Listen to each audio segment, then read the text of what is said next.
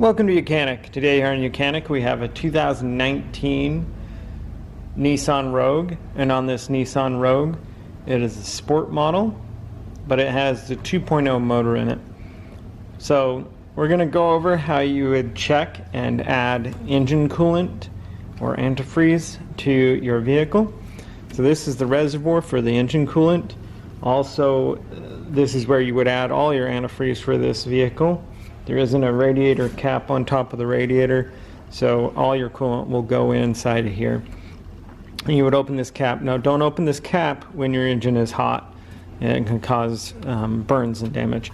So your car's cooled down, and we're going to remove the cap and add some engine coolant because it's low.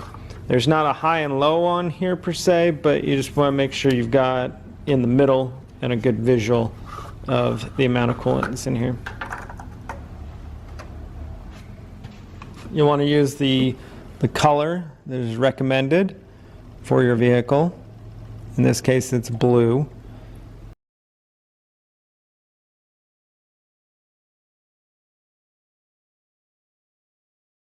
So we've added some coolant.